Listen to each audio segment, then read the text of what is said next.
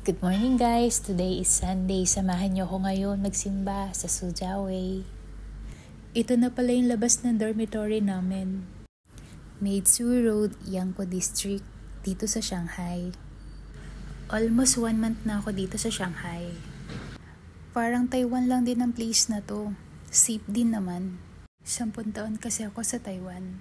Para sa akin, same lang ng ambience. Kaya hindi na ako ganon nag-adjust sa kultura nila.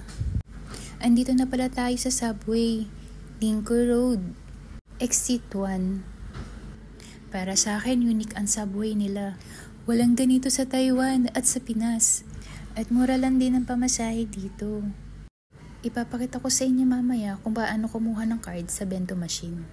Tap lang ang English, tap lang ang color or line. Pag lumabas na sa screen ng kulay, tap mo lang station.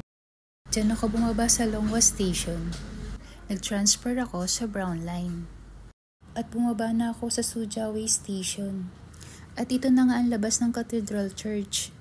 At ito na nga, nagpunta ako ng bandang harap. Ang dami ko rin nakitang mga Pilipino. Ayan ang choir. Meron ding mga iba't ibang lahi. Meron ding mga Chinese. Ang peaceful ng lugar. Sa mga oras na yan, magsisimula na ang misa.